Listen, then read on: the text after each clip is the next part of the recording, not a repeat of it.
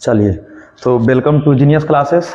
और जो हम सीरीज शुरू किए थे हम लोग, वो आज फिर से कुछ इंटरवल लेकर के आज फिर से शुरू करने वाले हैं, जिसमें था 5 मिनट और 5 नंबर का क्वेश्चन।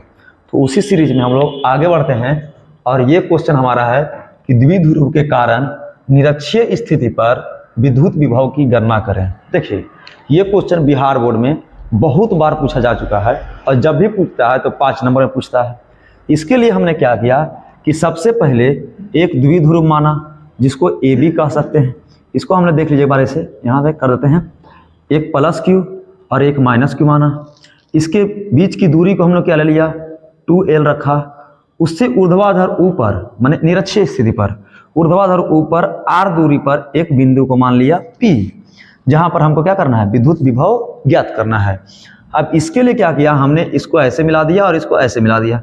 ये एंगल को हमने थीटा ले लिया, तो ये भी एंगल हमारा थीटा हो गया। अब कहता है कि यही काम किए हैं कि ये एंगल इससे मूल बिंदु O से R दूरी पर एक बिंदु को मान लिए P, जहां पर हमको विद्युत विभव ज्ञात करना है। इसके लिए देखिए, हमने ये एंगल हमारा थीटा हो गया, तो थीटा के सामने वाला को कहते हैं लंब, नीचे वाला हो गया आधार और ये वाला हो जाएगा हमारा कर्ण। देखिए, यहाँ से यहाँ तक की जो दूरी था आपका वो 2L था, तो ये वाला दूरी आपका L हो जाएगा और ये वाला भी दूरी आपका L हो जाएगा। अब इसमें क्या करते हैं कि थीटा के सामने वाला होता है लंब और ये वाला होता है आधार, तो ये वाला दूरी हम निकाल लिए कि इसको कहते हैं कर्ण। कर्ण बराबर हो जाएगा अंडर रूट लंब का स्क्वायर प्लस आधार का स्क्वायर। तो अंडर रूट लंब का स्क्वायर प्लस आधार का स्क्वायर, इसको हम निकाल लिए। तो वही हम लिखे हैं कि माना कि ए बी एक द्विध्रुव है जिसके बीच की दूरी 2L है। मूल बिंदु O से ऊर्ध्वाधर R दूरी पर एक बिंदु P माना, जहां पर हमें विद्युत विभव ज्ञात करना है। अब देखिए, द्विध्रुव की बात कहा, तो द्विध्रुव के कारण पहले हम निकाल लेते हैं एक ध्रुव के कारण। तो एक ध्रुव हमारा -1 हो जाएगा, -Q हो जाएगा। तो हम लिख रहे हैं यहां पर -Q के कारण विद्युत विभव। तो हम इसको लिख सकते हैं V- Q लिख सकते हैं। तो V- Q बराबर हो जाएगा, इसका फॉर्मूला होता है 1/4 पाई एप्सिलॉन नॉट और Q बटा कितना R। अब देखिए जरा कि 1 पाई एप्सिलॉन नॉट, ये माइनस यहाँ के लिए है और यहाँ से हम इसको आगे लगा दिए हैं, तो माइनस और Q और बटा R। देखिए, हमारा जो आवेश है वो यहाँ है और निकालना हमारा बिंदु P पर है, तो यहाँ से यहाँ तक की जो दूरी होगा वो हो जाएगा under root R square plus L square. इसको हमने लिख दिया under root R square plus L square. इसको मान लीजिए समीकरण नंबर हम फर्स्ट मान लिए। आइए, इसी कारण से एक ध्रुव के कारण निकाल दी है। अब अगला ध्रुव के कारण निकालेंगे, यानी कि प्लस क्यू के कारण विद्युत विभव। आइए, तो प्लस क्यू के कारण जो हमारा विद्युत विभव होगा वह होगा V + Q। इसको लिख सकते हैं 1/4 पाई एप्सिलॉन नॉट और Q बटा R होगा। अब देखिए, प्लस क्यू रखा हुआ है यहाँ पे और यहाँ है, हमको निकालना यहाँ है, तो इसके और इसके बीच की जो दूरी होगा वो L होगा। तो इसके और बीच की दूरी हो जाएगा 1/4 पाई एप्सिलॉन नॉट और Q बटा R हो गया दूरी। इसका मतलब हो जाएगा under root R square plus L का स्क्वायर। इसको मान लिया समीकरण नंबर 2। अब देखिए, हमने निकाल दिया प्लस क्यू के कारण भी और माइनस क्यू के कारण भी, कहाँ, बिंदु P पर। अब हमको निकालना है द्विध्रुव के कारण, इसको मिटा रहे हैं। इसको हम अब निकालना है हमको द्विध्रुव के कारण अक्ष पर, निरक्ष पर। द्विध्रुव के कारण यहाँ लिखेंगे हम लोग, द्विध्रुव के कारण निरक्षीय स्थिति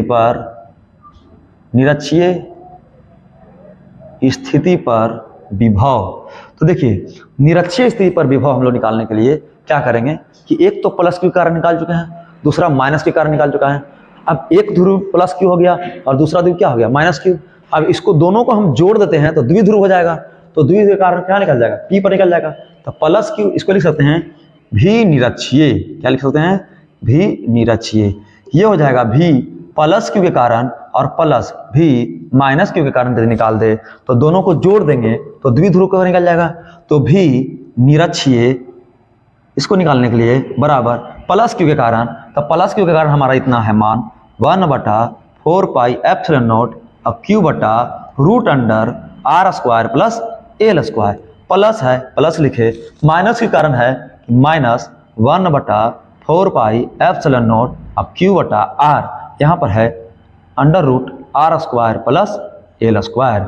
अब देखिए इसको करते हैं 1/4 पाई एप्सिलॉन नॉट अब क्यू बटा root under R square plus L square, और प्लस माइनस हो जाएगा माइनस 1/4 पाई एप्सिलॉन नॉट अब क्यू बटा root under R square plus L square. ये वाला माइनस से प्लस खत्म हो जाएगा तो हमारा भी निरक्षीय आ गया। इधर मिटा रहे हैं, भी निरक्षीय जो आ गया हमारा भी निरक्षीय, तो भी निरक्षीय जो आ गया हमारा कितना आ गया, 0 आ गया। इसका मतलब यह हुआ कि निरक्ष पर द्विध्रुव के कारण निरक्षीय स्थिति पर विद्युत विभव जो होगा हमारा वो 0 हो जाता है। ये आपको ऑब्जेक्टिव में भी पूछ सकता है कि निरक्षीय स्थिति पर विद्युत विभव क्या करें, कितना होता है, तो 0 होता है। दूसरा, ये आपको 5 नंबर में पूछेगा कि द्विध्रुव के कारण निरक्षीय स्थिति पर विद्युत विभव की गणना करें या उसके लिए व्यंजक प्राप्त करें। तो इसके लिए हम लोग व्यंजक प्राप्त करने के लिए आपको पूरा मेथड अपनाना होगा। चलिए एक बार देखते हैं। हमने निकाला ए और बी एक द्विध्रुव माना जो प्लस माइनस की और प्लस में मिलकर बना है।